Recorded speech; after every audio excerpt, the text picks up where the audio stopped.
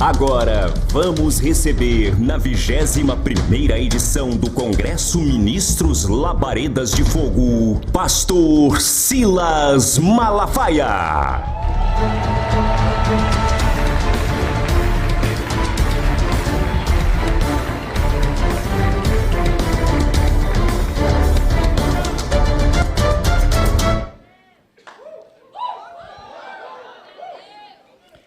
A Deus a glória. Paz de Cristo para todos. Alegria estar aqui com vocês mais essa vez. É honra e privilégio estar diante da Igreja de Cristo. Obrigado, meu amigo Flamarion. A palavra abençoada do meu amigo Cláudio Duarte. Nós estamos precisando. Eu entendo que a maturidade de um povo, estou falando do povo de Deus, a maturidade de um povo de Deus é quando você aprende a ouvir mensagens que não mexem no seu emocional. O povo maduro é aquele que quer ouvir para aprender, para adquirir conhecimento, para crescer. E não apenas quer ouvir alguma coisa que produza um movimento emocional. Então, a nossa maturidade está em entender que Deus fala na sua palavra, através de homens limitados e com defeitos, como eu, o Cláudio e outros tantos, para que você possa adquirir a coisa mais importante, que é o conhecimento. A única coisa que, se o povo de Deus não tiver, destrói. Diabo, PT, comunismo.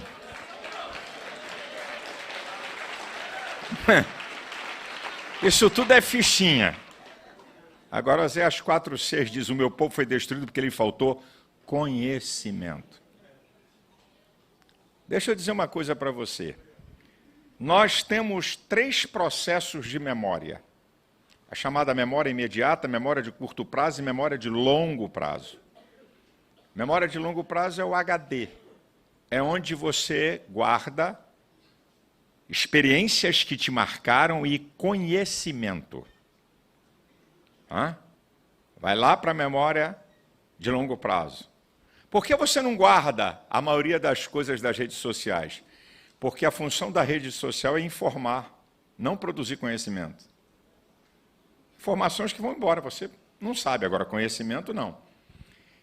E para você ter o conhecimento para ir para a memória de longo prazo, você precisa ouvir várias vezes. Segundo os especialistas, aí, os pedagogos, os doutores dessa área, você tem que ouvir entre 17 e 21 vezes.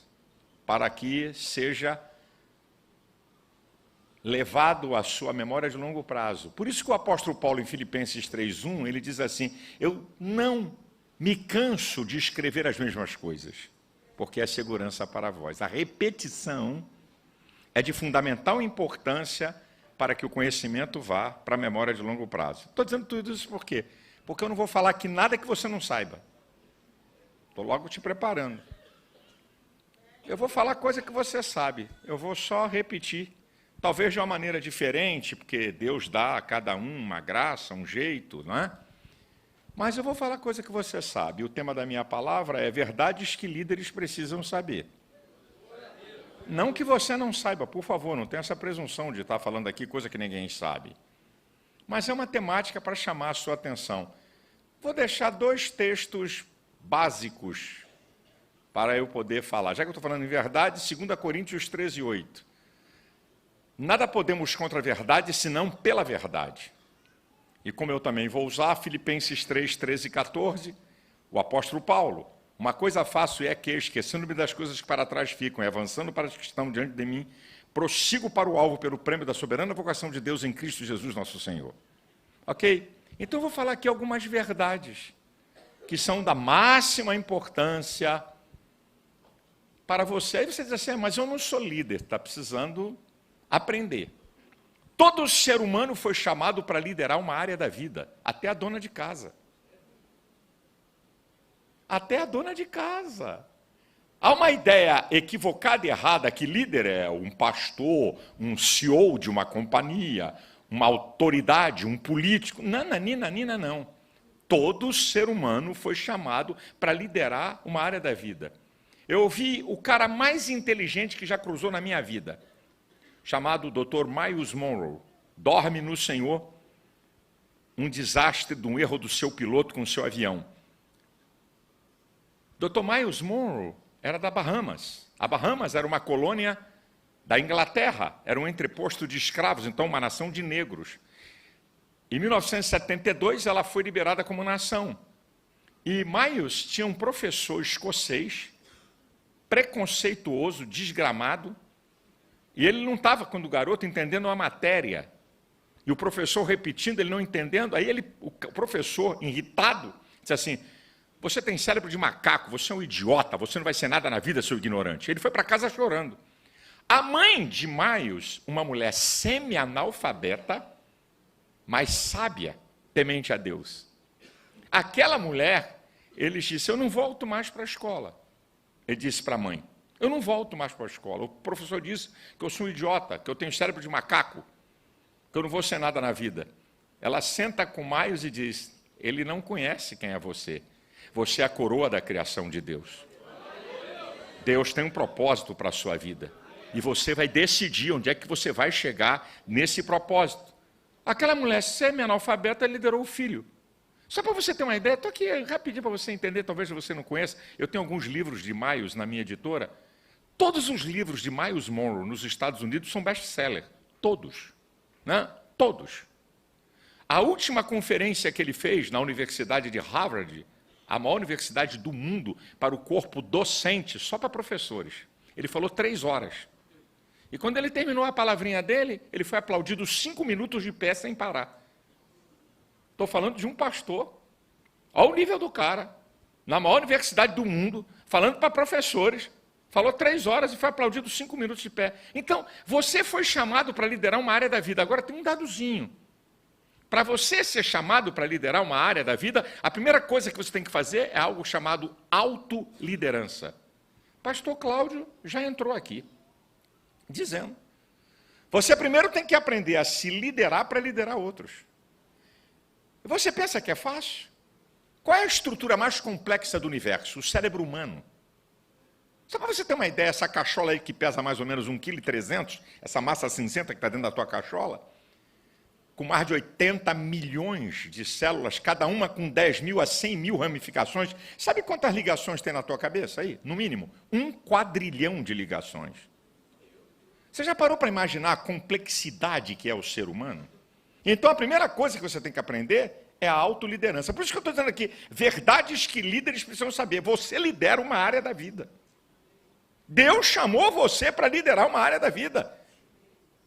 Isso faz parte do propósito geral de Deus para a humanidade. Mediante a isso, eu quero falar algumas verdades para vocês aqui. Ou lembrar você algumas verdades que nós conhecemos, que eu acho que vai contribuir para a sua vida, para o seu ministério.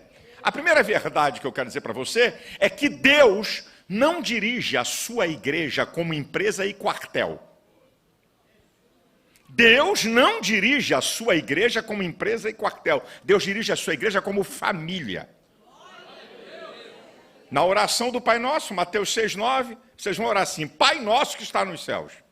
2 Coríntios capítulo 6, versículo 18, eu serei para vós pai, vós sereis para mim filhos e filhas, diz o Senhor Deus Todo-Poderoso. Efésios capítulo 5, do versículo 22 ao 25, sobre a questão do casamento, a analogia, Cristo, igreja, homem e mulher. Apocalipse 19, 7 diz: alegremo-nos, regozijemo-nos, demos-lhes glórias, porque vindas são as bodas do Cordeiro, porque a sua esposa já se aprontou. Então, se a igreja, Deus trata a igreja como uma família, o que marca uma família? Afeto, comunhão, tolerância, unidade. Isso aqui é o que marca uma família, gente. Cuidado e uma coisinha chamada autoridade. E a autoridade, a gente está tão equivocado com esse negócio de autoridade, porque você tem que entender que toda instituição que não tem autoridade, ela vai se findar. Até a quitanda do seu Manel, se não tiver autoridade, vai para o beleléu. Então Deus colocou o homem no papel de autoridade da casa, como colocou o pastor como papel de autoridade. Aí você tem que entender só uma coisa, eu não vou pregar sobre isso, mas depois você pesquisa, tem até uma mensagem para você. As 7 funções da autoridade. Que é uma coisa fundamental na igreja. Quais são as 7 funções da autoridade? Eu só vou citar e não vou explicar. Ok? Proteção, provisão, promoção, lei, ordem, coesão e liderança. Está aqui. Você quer ser líder? A casa caiu. Você quer liderar? Está aqui. Proteção, provisão, promoção, lei, ordem, coesão e liderança. Se não tiver isso na sua liderança, se você pensa que liderar na igreja é apenas dar ordem e mandar, a tua casa caiu, você está equivocado, seja você pastor ou qualquer um. Porque esse é o papel da autoridade na família, e como a igreja, Deus trata como uma família, o princípio de autoridade tem que existir. Porque se não existir princípio de autoridade na igreja, a igreja vai para o pau, como diz o carioca. Você tem que entender isso. Uma segunda verdade que eu quero falar para você. Essa aqui, líder não gosta de falar, mas eu vou falar. O líder não gosta de falar, eu quero falar sobre fracasso. Fracasso. Não existe nenhum grande homem na história e nenhuma grande invenção que não tenha fracassado várias vezes. Não existe. Eu vou pegar aqui o apóstolo Paulo, para a gente poder entender uma coisinha aqui. Em Atos capítulo 13, versículo 3 e 4, a Bíblia fala que Paulo e Barnabé, com a imposição das mãos da igreja, depois de ter orado e jejuado, dirigidos pelo Espírito Santo, eles saem na primeira viagem. Sai debaixo da autoridade da igreja, com a direção do Espírito Santo. Começa a viagem. Antioquia da Pisídia, Atos 13, é expulso da cidade. Icônio, a segunda, corre para não morrer. Listra, a terceira, não deu para Paulo correr, é apedrejado, dado como morto e arrastado para fora da cidade. Na visão humana, o que é isso? Fracasso. Imagina, a igreja te unge, o Espírito Santo fala, Deus te dirige, olha, você vai lá para o Oiapoque, me deu aqui o nome. Você vai lá para o Oiapoque porque eu vou te usar lá. Chega lá, meu filho, o pau canta no teu lombo, tu não arruma nada, nem cafezinho. E Paulo, falando o que aconteceu com ele nessas cidades, 2 Timóteo 3,11, 2 Timóteo 3,11, tribulações e aflições tais quais me aconteceram em Antioquia, Icônio e Listra. Quantas perseguições sofri, mas o Senhor de todas me livrou. Não contou vantagem nenhuma, não contou vitória nenhuma. Meu querido, aprenda uma coisa, aprenda. Se você está fazendo alguma coisa no reino de Deus, ou algo na vida dirigido pelo Espírito Santo, e não está dando certo, ou não deu certo, tente mais uma vez, com mais energia, com mais vontade, com mais inteligência, com mais sabedoria, com mais esforço, com mais oração. Desistir jamais!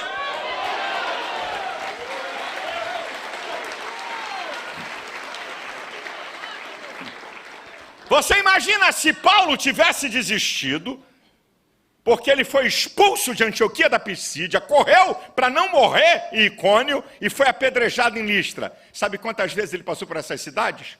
4. Na primeira viagem missionária e de volta. Na segunda e na terceira, na ida. Imagina, você tem que entender uma coisa, querido. O teste máximo da recuperação de um fracasso é como você lidar com o fracasso e sai dessa situação. Vou repetir. O teste máximo da recuperação de um fracasso é como você lidar com ele e como você sai dessa situação. Vamos ver o apóstolo Paulo? Vamos ver o apóstolo Paulo. Em Atos capítulo 14, do versículo 19 ao 22. Olha Paulo.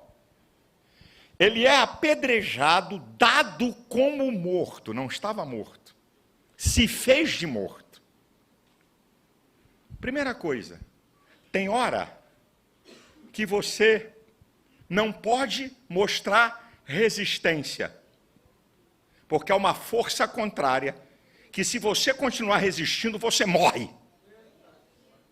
Está aqui Paulo, sendo apedrejado e arrastado para fora da cidade, dado como morto. Ó Paulo, cabeça arrebentada, boca inchada, galo na cabeça, sangue correndo. Não adianta. Olha, Eclesiastes 9,4 diz que é melhor um cão vivo do que um leão morto.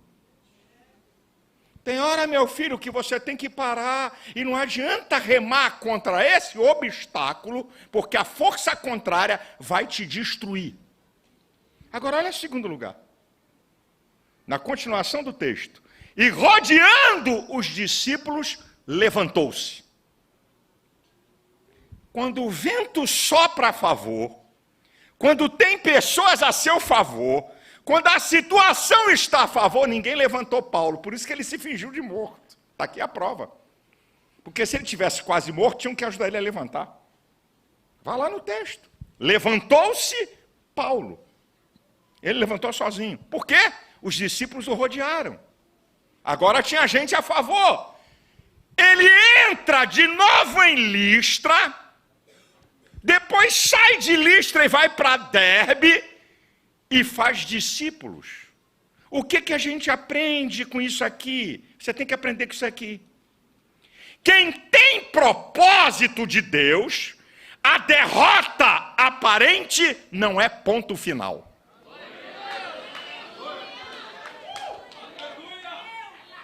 Você tem que entender isso, meu irmão.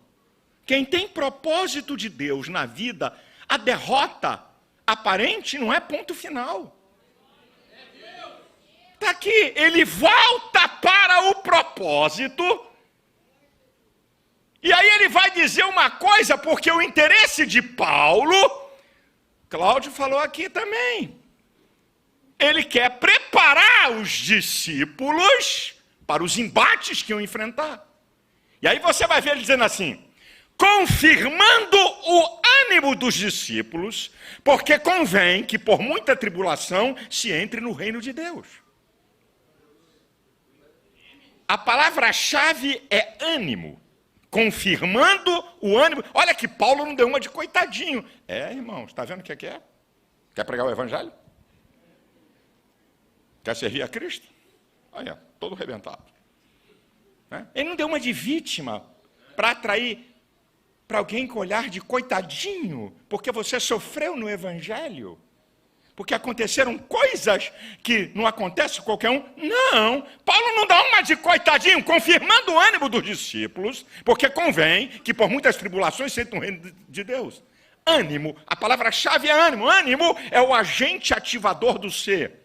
É o ânimo que faz você ser positivo. É o ânimo que faz você acreditar na vitória. É o ânimo que faz você lutar na vida. E o ânimo produz uma coisa chamada entusiasmo. Primeiro, o ânimo produz uma coisa chamada motivação, que é despertar o interesse. E a motivação leva ao entusiasmo. Grande prazer, grande energia. Como diz um camarada, entusiasmo é fazer acontecer na adversidade. Olha o processo. Por causa do ânimo, desperta-se o interesse, motiva a pessoa, e isso leva ao entusiasmo. Você vai ter prazer de fazer, prazer de pregar, prazer de realizar a obra de Deus, mesmo diante de tempestades e de adversidades. Está aqui o processo. Querido, deixa eu dizer uma coisinha para você. Pare de ficar procurando desculpas pelo seu fracasso ao invés de respostas. Pare de ficar procurando desculpa porque errou, porque caiu, porque quebrou, porque a coisa não deu certo aqui nessa cidade. Procure respostas, querido. Procure respostas. Eu tenho certeza que você vai romper a questão do fracasso. Ou você pensa que eu vim aqui contar vantagem para você, ou tudo que eu fiz deu certo? Ou todo o meu ministério, só vitória. Só vitória. Essa conversa fiada, meu irmão. Como eu disse para vocês, na visão humana, o que aconteceu com Paulo, só tem um detalhezinho.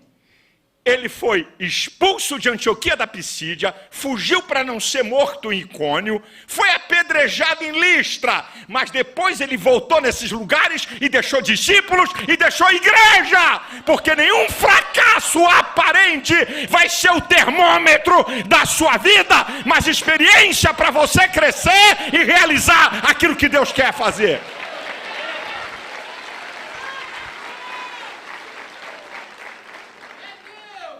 Terceiro lugar, a vida é feita do que você faz e não do que você fala. O que você fala tem que ser respaldados por seu desempenho. A vida não é feita do que você fala, mas do que você faz. A sua palavra tem que ser respaldada pelo seu desempenho. Aí eu vou chamar Paulo de novo. Em 1 Coríntios 11:1, o apóstolo Paulo diz: sede meus imitadores como eu sou de Cristo. Paulo inverte a posição. Paulo não diz assim, sede imitadores de Cristo como eu também sou. Olha que abusado esse cara. Que ousadia de prática, sede meus imitadores, porque eu imito a Cristo. Olha a minha vida, minha atitude, minha prática, e você vai ver que a minha prática é a prática de Cristo. Então pode me imitar porque eu imito ele. Quando o apóstolo Paulo diz em Filipenses 4:9, o apóstolo Paulo, o que vistes, ouvistes, recebestes, o que vistes, o que ouvistes, o que recebestes de mim, isso também vocês façam. Eu tenho aqui a minha vida para mostrar para vocês, a minha prática real, não é apenas falácia, mas uma prática real. E aí é Paulo que diz em Gálatas 6:17, na linguagem, se a Bíblia fosse escrita aqui na linguagem, nossa, ia ser assim, ninguém me aperrei, porque eu trago no meu corpo as marcas de Cristo. Ninguém me incomode. Paulo está dizendo aqui, eu trago no meu corpo a prática da vida. Eu fui apedrejado, eu tomei varada, eu tomei pedrada, eu fui perseguido por falsos irmãos, eu fui perseguido por salteadores. Eu tenho as marcas na minha vida de uma prática de vida cristã e não apenas teoria. E aí tenha paciência com o que eu vou dizer aqui. Eu vou beber até um pouco d'água, porque eu vou largar o aço aqui no negócio.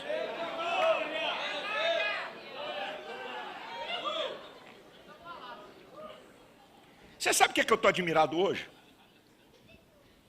Pastor, estou falando de pastor, ser mentoreado por coach. Eu queria entender esse negócio. Meu querido, eu não estou desprezando. A minha igreja tem um coach. Djalma Pinho, é membro da minha igreja. Ele é coach. Tiago Brunet é meu amigo. É coach. Eu não estou falando que você não pode ser treinado para várias áreas afins por alguém que tenha conhecimento sobre relações pessoais, sobre poder de decisão. Não é isso que eu vim falar aqui. Eu estou falando como é que um coach pode ser mentor de pastor que não tenha a bagagem da vida como ministro do evangelho. Qual a igreja que eles dirigiram? Abriram que igreja? Fizeram crescer que igreja? Vai plantar batata. Pastor, eu fico com vergonha. Sabia que eu tenho vergonha? Eu fico com vergonha. Pastor que tem mentor, coach. Mentor de pastor, coach. Entrega a tua credencial, miserável. Rapaz, esse moço veio para mim. O Tiago Brunet disse, eu preciso falar com o senhor. Tá bom, eu te recebo aqui. Um moço humilde. Pastor, me diz, o que o senhor está vendo que eu posso corrigir? Humildade, querendo aprender. Eu disse, número 1, para com essa conversa de mentoria espiritual, que você não tem bagagem. Para com essa conversa de mentoria espiritual. Mentoria espiritual é quem tem café no bule, que tem anos de ministério, que tem experiência ministerial. Está aqui a minha vida, olha aqui o meu ministério, então eu posso ser mentor. Eu falei, pare com isso. Você pode fazer mentoria espiritual, você não está qualificado, porque você não tem os predicativos para ser um mentor espiritual de pastor ou de quem quer que seja. Agora você é o top para instruir. Eu sento para ouvir um moleque de 20 anos falando sobre informática, não tem nenhum problema. Eu sento para ouvir gente nova que tem capacidades e conhecimentos em áreas que eu não tenho. Não há problema. Agora, mentoria espiritual, tenha paciência. Mentoria espiritual sem bagagem, sem história de vida, tenha paciência comigo. Ei, acorda, igreja. Vamos crescer. Nós temos que parar com o negócio de moda. Evangelho não vive de moda. E tem uma palavra para você que é pastor. Quem é pastor e pastor aqui? Levanta a mão. Isso, agora abaixa e aguenta.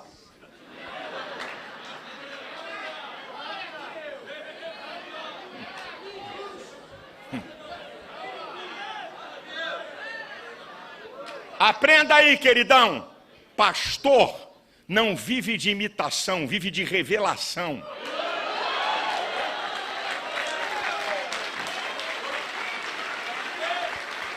Eu não estou dizendo que você não pode pegar uma ideia de um outro pastor, de um outro ministério. Não estou falando isso, meu irmão. Eu estou falando você viver disso. Quando uma vez eu estava sem querer, não tem tempo para assistir televisão, aí vi um projeto dos adventistas, de evangelizar, limpando escolas, limpando casas, construindo casas. Eu falei, rapaz, que troço bacana. Olha, eu falei, que coisa legal. Vou botar na minha igreja. Aí eu fiz um projeto com todas as minhas igrejas. Nós vamos sair num sábado de manhã, bater na porta das casas e perguntar, precisa limpar a sua casa? Varrer seu quintal? Casa toda esculhambada, você permite eu pintar? Nós fizemos uma operação, reparamos escolas, consertamos carros da polícia enguiçado.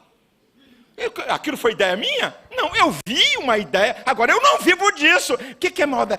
Agora é o culto do dente de ouro. Vamos fazer o culto do dente de ouro, porque... Ai, que coisa linda. Agora o culto de emagrecimento. O miserável come igual um desgraçado. Peca por glutonaria. E agora vamos para o culto do emagrecimento. Toma vergonha nessa cara. Eu fico nervoso com esse troço. Aí aparece uma novidade e vai, aqui eu vou falar. Quem se lembra disso? O G12. O modelo, um monte de igreja abandonando tudo, entrando. Eu falei, método, cada um usa um. Não venha confundir método com doutrina. Doutrina está acima, a palavra método não. Cada um tem um método. Tem igrejas que trabalham com células, tem igrejas que trabalham com pequenas comunidades, são métodos. E aí o pau quebrou naquela época, quem se lembra aí, está vivo aí para lembrar. Eu parti para dentro deles. Quer dar nível de método com a doutrina? Não. Aí um monte de gente começou a imitar isso e se lascaram nas comanaias da vida. De querer simplesmente imitar. Você tem que entender esse negócio, meu irmão. Quem é teu mentor?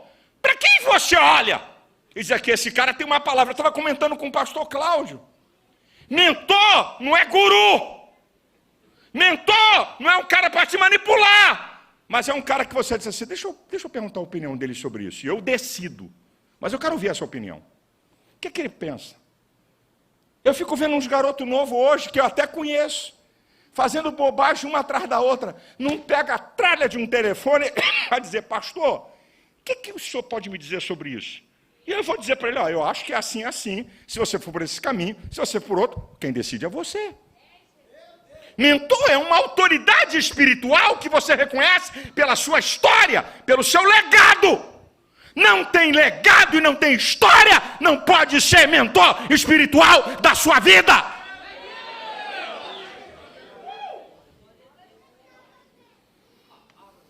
Escute isso, vale para todo mundo.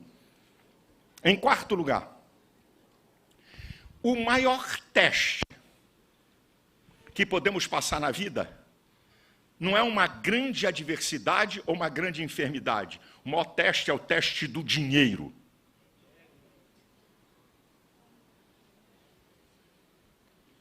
Quando Jesus fala em Mateus 6:24, isso aqui é muito sério, gente.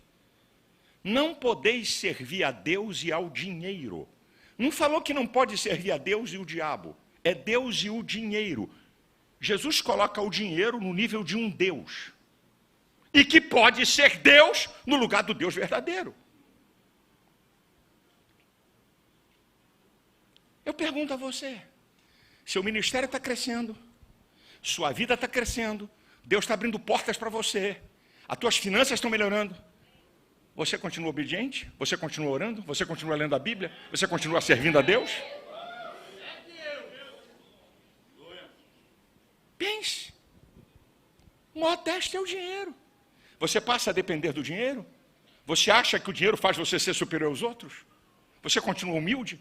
Você continua reconhecendo os irmãos? Você continua dependendo de Deus? Querido, eu queria informar para você que Deus e o dinheiro não ocupam o mesmo lugar. É um ou outro.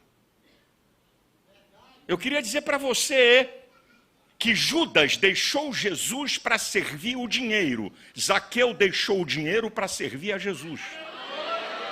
Com quem você se parece?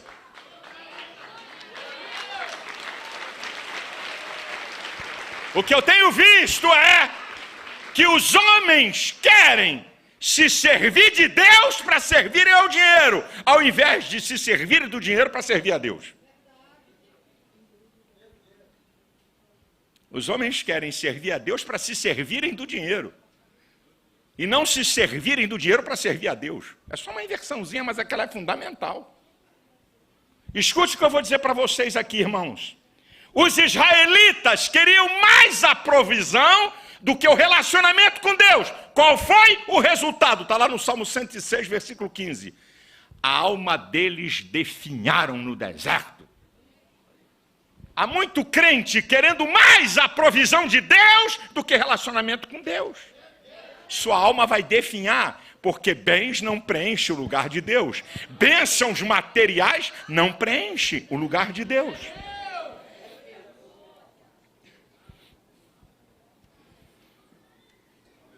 Número 5. Isso aqui é importante que eu vou te dizer, muito importante.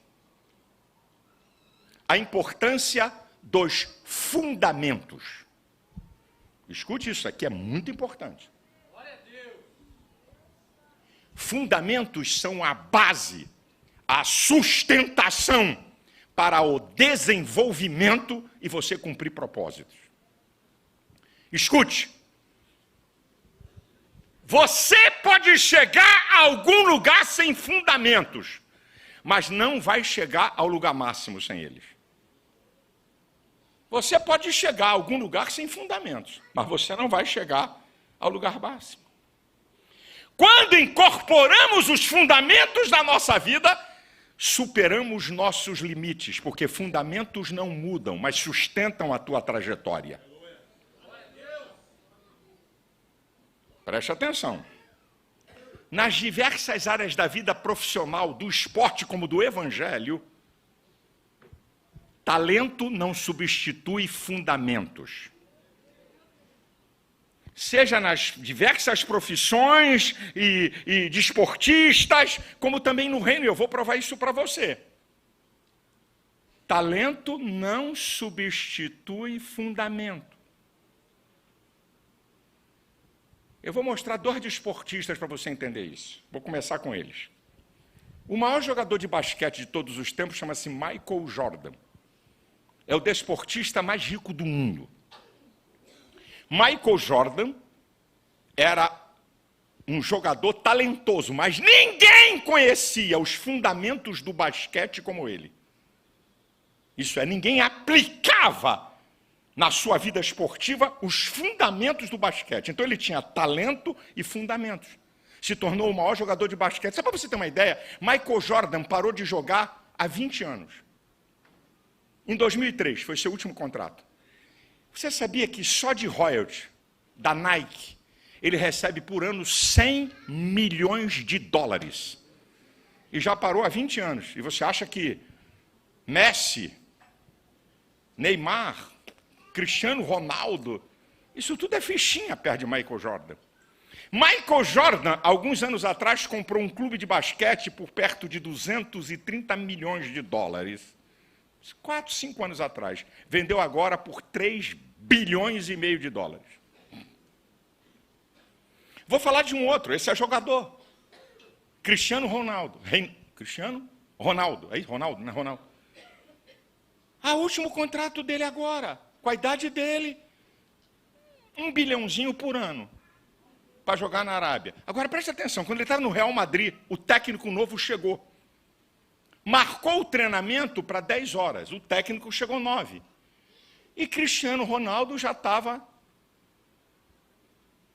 nos exercícios, na academia do clube. Aí o técnico chamou, pensou, vem cá, ele está fazendo isso só hoje?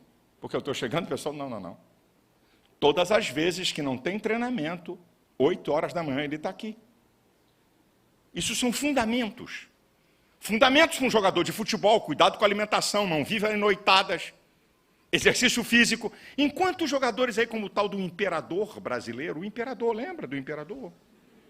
Rapidamente acabou a carreira. Por quê? Joga na lata do lixo os fundamentos, vive em noitada, bebedeira. Agora o Evangelho tem uma notícia para dar para você. O Evangelho tem fundamentos também. E todos os fundamentos do Evangelho estão em movimento constante rumo ao crescimento, ao desenvolvimento, e eu te provo. E se você abandonar esses fundamentos, meu filho, quando você abandona os fundamentos, tudo vai por água abaixo. Olha os fundamentos do Evangelho. Fé. Romanos 1,17. De fé em fé. É uma fé hoje, uma fé melhor amanhã, uma fé maior mês que vem. Fé em fé. Não é apenas uma fé. 30 anos na igreja e crê na mesma coisa. A fé do cara é o mesmo bagaço. Conhecimento. Oséias 6,3. Conheçamos e prossigamos em conhecer ao Senhor. Eu conheço hoje, quero conhecer mais amanhã, quero conhecer mais mês que vem, quero conhecer mais ano que vem. Estou aqui no Labareda 1, 2, 20, 21, 25, até o arrebatamento. Santificação. Hebreus 12, 14. Seguir, movimento, a paz e a santificação, sem a qual ninguém verá o Senhor. Eu sou santo hoje, sou mais santo amanhã, sou mais santo mês que vem, sou mais santo ano que vem. Por isso que 1 Pedro 1, 15, 16 diz, sede santos como eu sou santo. Sede santos em toda a vossa ser. O emprego do verbo é ser hoje, ser amanhã e ser sempre. Movimento constante. Experiências espirituais. 2 Coríntios 3,18. Todos nós com cara descoberta, refletindo como espelho a glória do Senhor, somos transformados de glória em glória. É uma glória hoje, é uma glória maior amanhã, é uma glória maior mês que vem, é uma glória maior ano que vem. Oração! 1 Tessalonicenses 5,17. Orai sem cessar. Eu oro hoje, oro amanhã, oro depois da manhã, oro semana que vem, oro mês que vem, oro ano que vem. Fundamentos do Evangelho, pregação do Evangelho. 2 Timóteo 4,2. Pregue a tempo e fora de tempo. Eu prego hoje, eu prego amanhã, eu prego na rua, eu prego no metrô, eu prego no comércio, eu prego onde eu cruzo. Isso são fundamentos do Evangelho. Serviço cristão. 1 Coríntios 15, 58. Sede firmes, constantes e abundantes na obra do Senhor, sabendo que o vosso trabalho não é vão no Senhor. Firmeza, constância e crescimento. Os fundamentos do Evangelho, todos eles estão em movimento constante ao crescimento. Como é que você quer se desenvolver na vida cristã sem fundamentos? Para de inventar bobagem.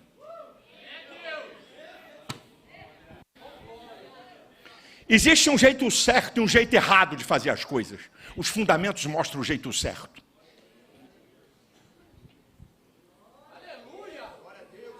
É tão interessante que a gente fica tentando inventar maneiras da igreja crescer.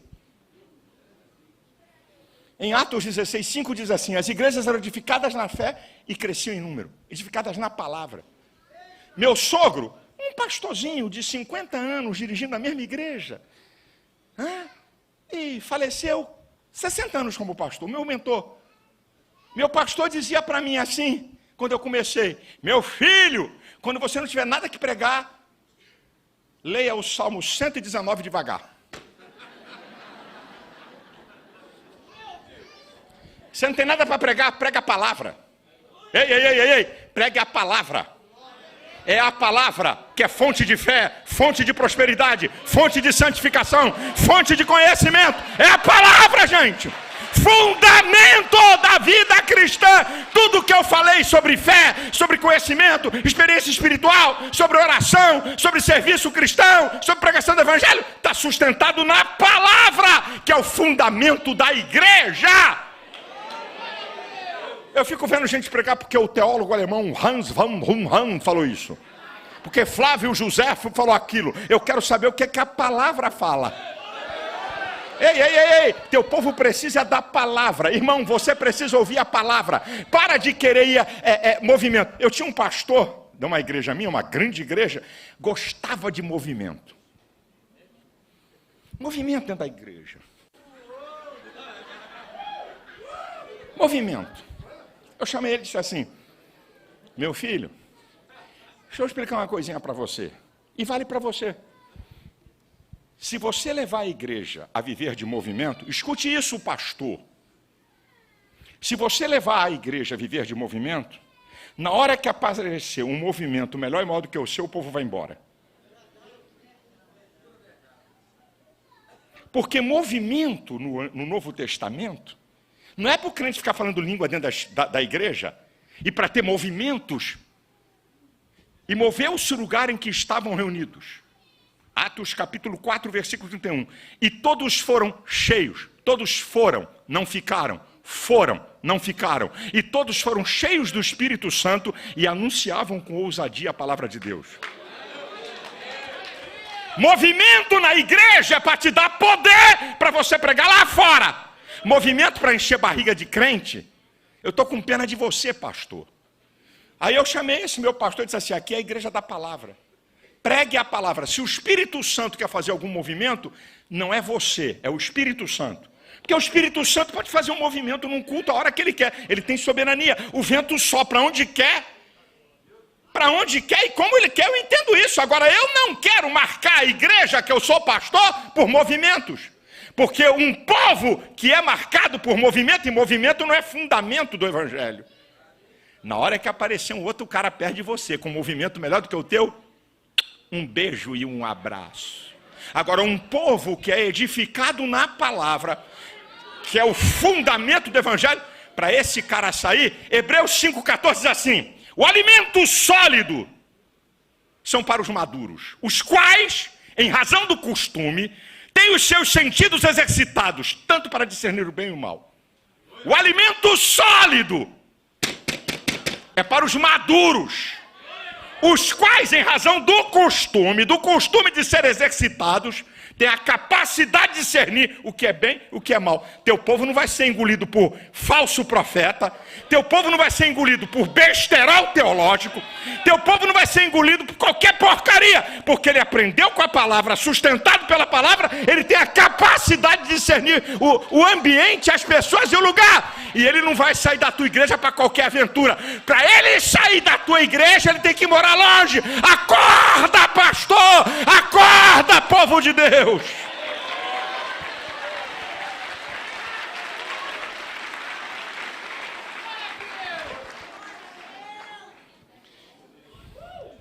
Verdades que líderes precisam saber, aqui vai a última. Para você ir na paz de Cristo. É melhor parar quando o povo quer que você continue do que continuar quando o povo quer que você pare. Isso não é fundamento, não, é só uma verdade.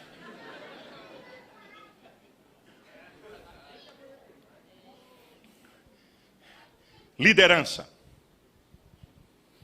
Já que verdades que líderes precisam saber, eu quero falar de liderança. Olha o apóstolo Paulo. Uma coisa eu faço. Eu acho isso sensacional. O apóstolo Paulo diz assim, uma coisa o Espírito Santo faz. Uma coisa Deus faz. Rapaz, nós temos uma mania de tudo espiritualizar como se a gente não tivesse nada com isso. O apóstolo Paulo diz, uma coisa eu faço, eu realizo. decido, eu tomo atitudes. Sou eu que faço. Sabe qual é o problema do povo de Deus? Querer que Deus faça aquilo que você tem que fazer. E quando é a hora de Deus fazer, você quer se meter. Você lembra quando o povo estava diante do mar vermelho? Moisés foi fazer queixinha para Deus. Senhor, o mar na frente, Faraó vem aí atrás. Deus tem um senso de humor tremendo, diz assim, está orando por quê? Diga ao povo que marche. Marchar é com vocês, abrir o mar é comigo. Se vocês não marcharem, eu não abro o mar. Faz a parte de vocês e deixa que o sobrenatural eu faço. Esse é o nosso problema. A gente quer orar quando tem que tomar atitude, quer tomar atitude quando tem que orar. Está aqui o apóstolo Paulo, uma coisa eu faço. Eu realizo, eu construo, eu decido, eu determino, eu tomo atitudes. Aí ele vai dizer uma outra coisa. Avançando para as coisas que estão diante de mim. A ideia de Paulo é de um corredor, com aquele violento esforço para frente, que um corredor faz para conquistar. Essa é a ideia dele. Avançando, violento esforço para frente. Violento esforço para frente é você andar acima da média. Esforço é empregar uma energia acima do comum. Olha o apóstolo Paulo em 1 Tessalonicenses 2,9. Bem vos lembrais do meu trabalho em fadiga. Trabalhei noite e dia, para não ser pesado a ninguém, ainda no seu evangelho. Isso é um violento esforço para frente.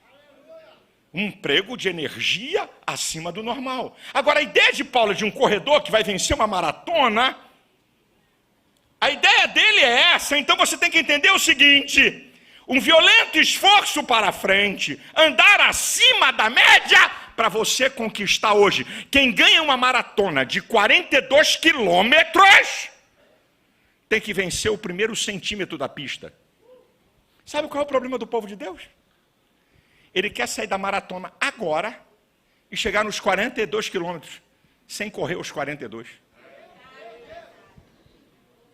O que Paulo está falando aqui é: hoje eu me esforço, hoje eu luto, hoje eu realizo, hoje eu conquisto hoje. Ei, querido, conquista o primeiro milímetro para você poder chegar no propósito que Deus quer para a sua vida. Mas primeiro aprenda a conquistar as coisas mais básicas e menores da vida.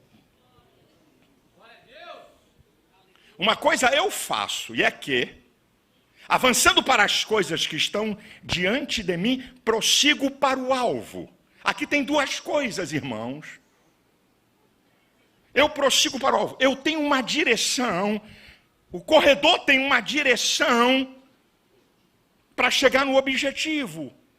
Eu pergunto a você, se você vê um cara numa maratona ou em qualquer corrida correr assim,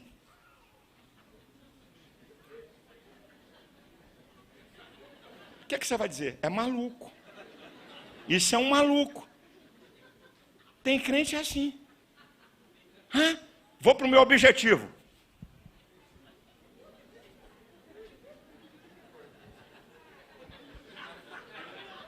Uma direção. Obedece uma direção. Uma outra coisa interessante. Muito interessante. Líder. Habilidade para ver o futuro. Uma coisa eu faço, e é que, avançando para as que estão de mim, prossigo para o alvo. Eu estou vendo lá na frente, eu tenho um objetivo, eu estou vendo lá na frente. Pelo prêmio da soberana vocação de Deus em Cristo Jesus nosso Senhor. Habilidade para ver o futuro. E ver o futuro não vê com os olhos, vê com a mente. A mente humana tem dois processos. Memória, que tem a ver com o passado, e imaginação, que tem a ver com o futuro. Aqui na mente você pode se ver em qualquer lugar do futuro. Você acabou de fazer um culto numa casa, começou. Aqui na tua mente você já viu uma igreja pronta. Você começou a dirigir uma célula, aqui na mente você se vê dirigindo uma igreja. Você acaba de entrar no curso de Direito, aqui na mente você se vê como juiz. Porque você tem uma capacidade. Por isso que Deus chamou Abraão, tirou ele da mediocridade. Disse assim: vem cá, filho, Deus usou aquilo que o ser humano tem, que ele criou. A capacidade de criar imagens, a capacidade de imaginação. Olha as estrelas do céu, conta aí, vai ser a sua descendência, para ele entender, para ele visualizar onde é que Deus queria levá-lo. Qual é a visão que você tem do teu trabalho? Eu estou aqui, né, pastor? A gente vai tocando, né? Aleluia, glória a Deus, né? O pastor me botou aqui nesse lugar, nós estamos aí, né? Aleluia, né? Estamos aí ajudando, né, os irmãos aí para o céu, né? Nessa esculhambação toda, sem projeto, sem nada, mas nós estamos aí, né?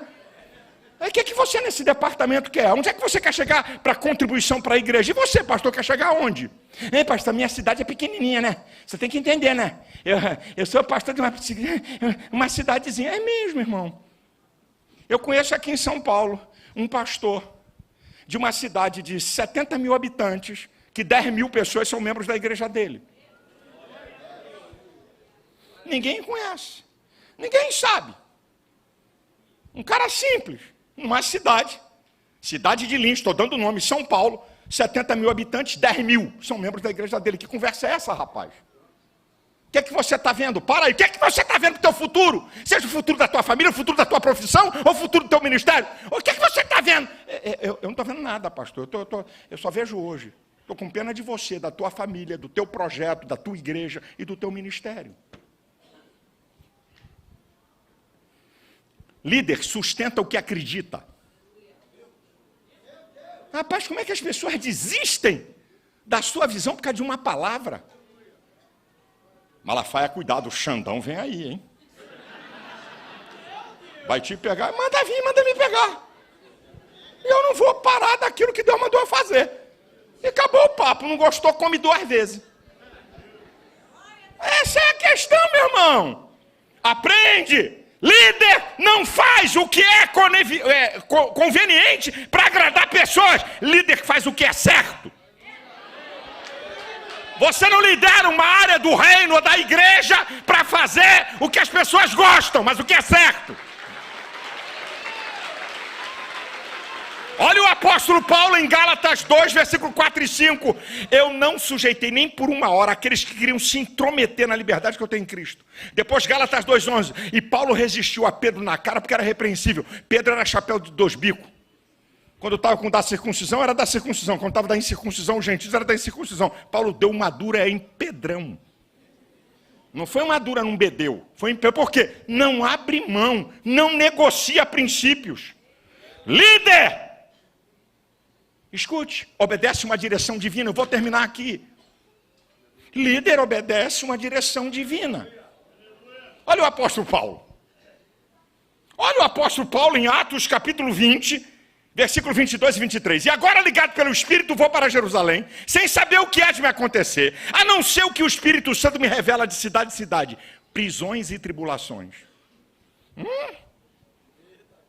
Imagina Deus chega para você, meu filho, você está aqui em Minas Gerais, você vai para a Bahia. Mas daqui até a Bahia, o pau vai cantar. O couro vai comer no teu lombo. Sangue de céu, é o diabo que está falando. Olha aqui. E agora, ligado pelo Espírito, vou para Jerusalém, sem saber o que há de me acontecer, a não ser o que o Espírito Santo me revela. Prisões e tribulações. Não está dizendo vitória. Não está dizendo porta aberta. Mas ele obedeceu à direção. Obedeceu à direção. Preste atenção a isso aqui, meu irmão. Eu não quero entrar muito em detalhe. Qual é o mais importante princípio da Bíblia?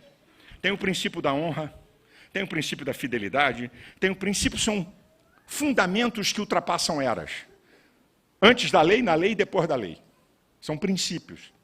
Não mudam. Regras mudam. Regras do Antigo Testamento que não vale para o Novo. Princípios não. São fundamentos, sustentam regras. Qual é o mais importante princípio da Bíblia? Obediência. Qual é a prova, pastor? A obediência existe no reino de Deus antes de Deus criar as coisas. Salmo 103, versículos 19 e 20. O Senhor tem estabelecido o seu trono nos céus e o seu reino domina sobre tudo. Bendizei anjos seus magníficos em poder, que cumpris as suas ordens, obedecendo o poder da sua palavra. Os anjos já obedeciam no céu. Quando Deus fez o primeiro homem, ele colocou uma regra para o homem entender o que era obediência e autoridade. Se comer da árvore da ciência do bem e do mal, você morre. Uma regra para o homem entender o princípio da obediência. Preste atenção a isso aqui que eu vou falar. Eu já estou terminando, mas é muito importante isso aqui. Qual é a coisa mais importante que aconteceu entre a queda do homem em Gênesis e a restauração de todas as coisas em Apocalipse? A obediência de Cristo. Escute isso para você entender. Deus, em sua plenitude, não obedece a ninguém. Preste atenção. Deus, em sua plenitude, não obedece a ninguém. Deus, quanto a número e essência uno, quanto a personalidade é trino. Quando Jesus toma a forma de homem, nem para Jesus a divindade abriu mão. Quando Jesus toma a forma de homem, não é 100% Deus, é o Emanuel, o Deus conosco, o Deus que se torna homem, ele vai ter que obedecer. Você vai para Filipenses capítulo 2, a partir do versículo 5. De sorte que haja em vós o mesmo sentimento que houve em Cristo Jesus, que sendo em forma de Deus, não usurpou ser igual a Deus, antes aniquilou-se a si mesmo, tomando a forma de servo, fazendo semelhante aos homens. E como homem foi obediente até morte e morte de cruz, pelo que Deus o exaltou soberanamente. Olha o resultado da obediência de Cristo. Ele deu um nome que é sobre todo nome, para que o nome de Jesus se dobre todos os joelhos que estão no céu, na terra e embaixo da terra, e toda língua confesse que Jesus Cristo é o Senhor. Se nem para Cristo Deus abriu mão da obediência, vai abrir para mim e para você?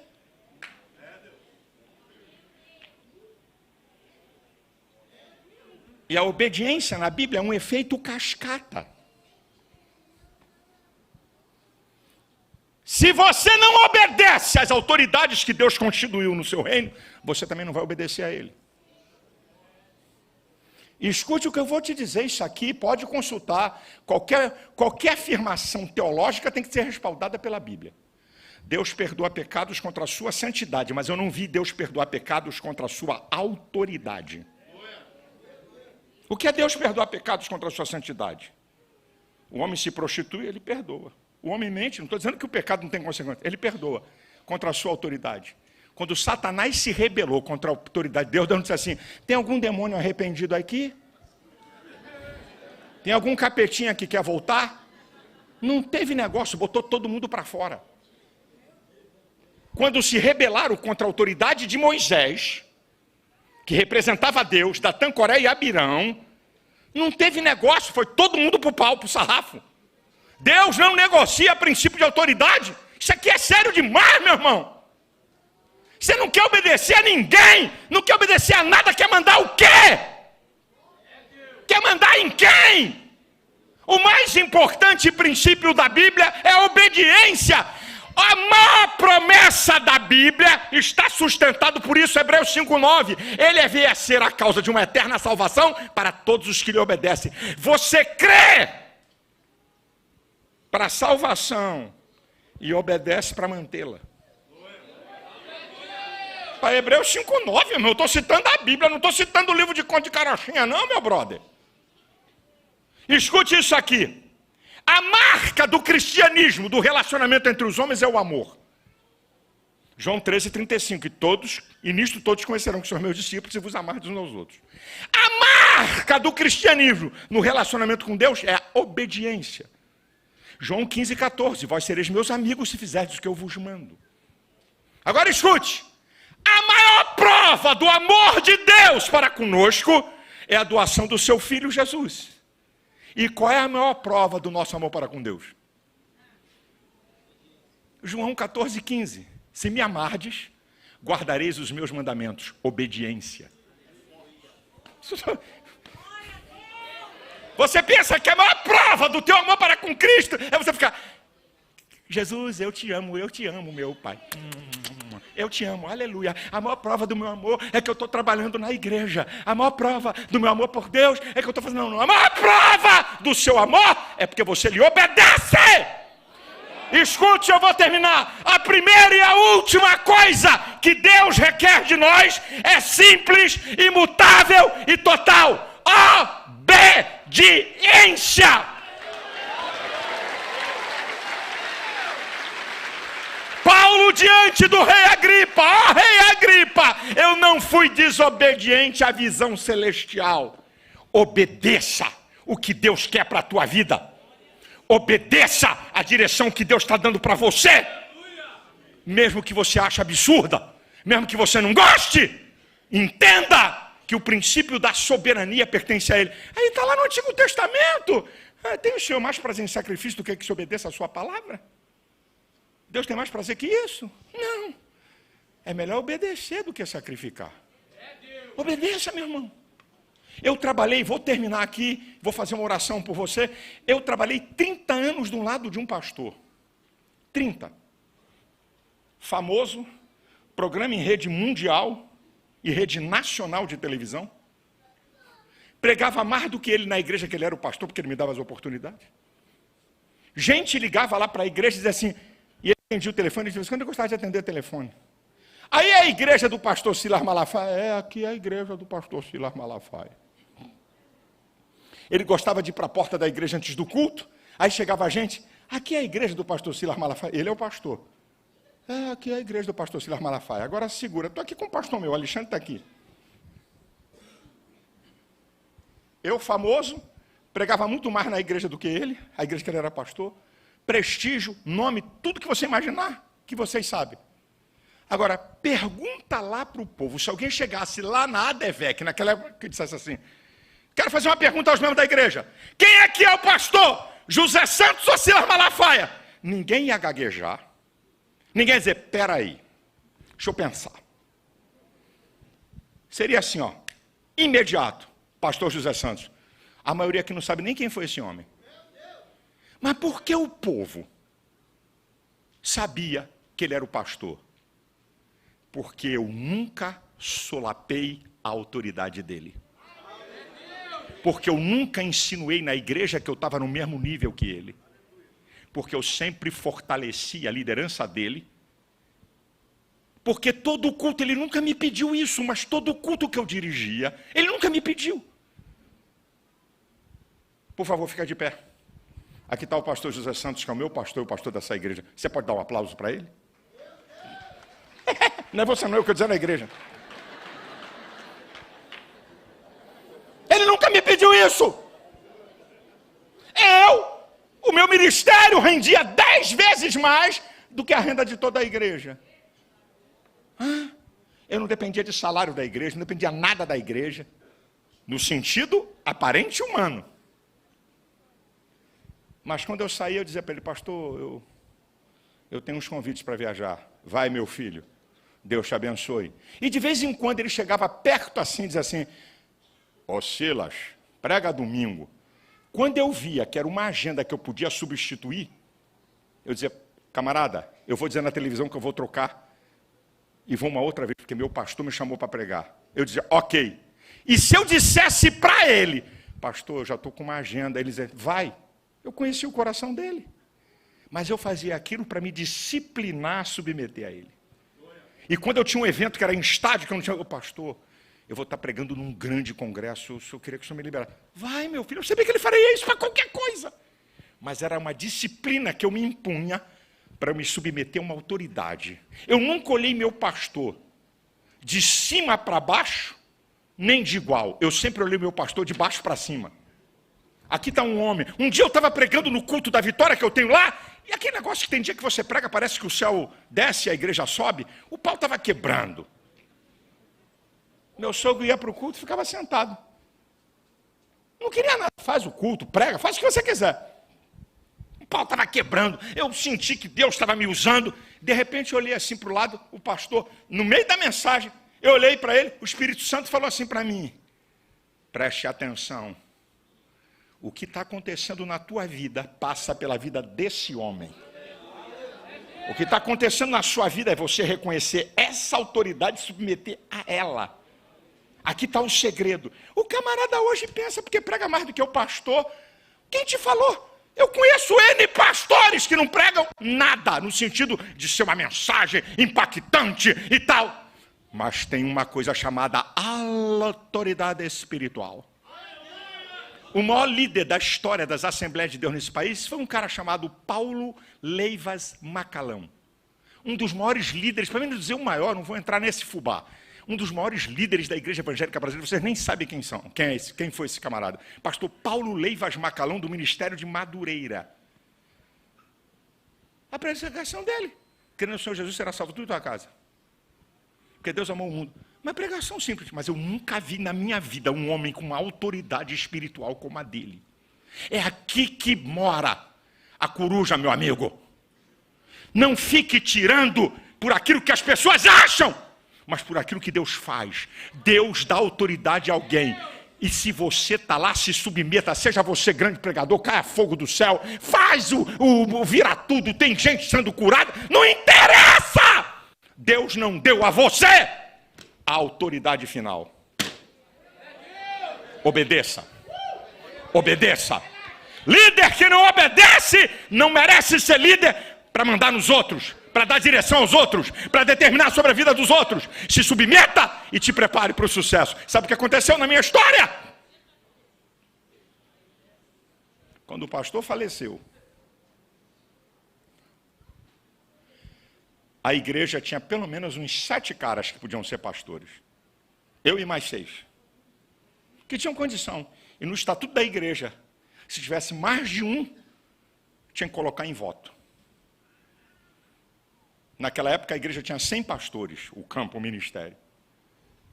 Reuniram e disseram: nós reconhecemos que você se submeteu ao pastor, o honrou,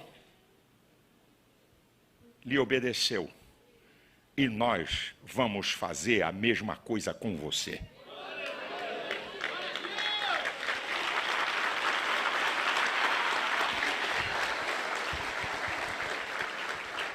O meu pastor tinha 4 filhos pastores. Os 4 me chamaram e disseram: como você honrou e obedeceu ao nosso pai, nós vamos te honrar e te obedecer.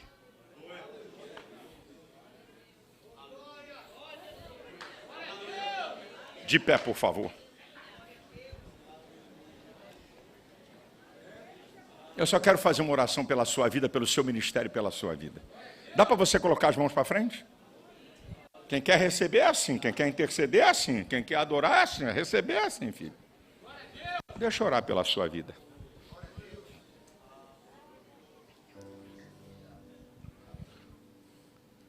Deixa eu abençoar a sua casa, a sua família, a sua igreja. Você que não é pastor, o ministério que Deus te entregou, faça com excelência. Não abandone os fundamentos. Suas palavras têm que ser respaldadas por suas atitudes. Aprenda a lidar com o fracasso. Não é a última instância para quem tem propósito. Obedeça. Senhor, eu quero abençoar cada um aqui. Cada pastor que está aqui, cada ministério, cada irmão que trabalha no setor do teu reino. Estende a tua mão. Pode ser que alguém esteja vivendo a pior crise da sua vida ou do seu ministério. Crise não é final. Crise é um momento de experiência para você crescer, por mais que doa, por mais difícil que seja. Aguenta firme. Porque a vitória vai chegar, a porta vai ser aberta, porque Deus é fiel. Eu declaro a bênção de Deus sobre teu casamento, a tua família, teu negócio, teu emprego, teu ministério, o propósito da tua vida. E que Deus possa te usar poderosamente no reino para a glória dele, no nome de Jesus. Amém e amém. Obrigado.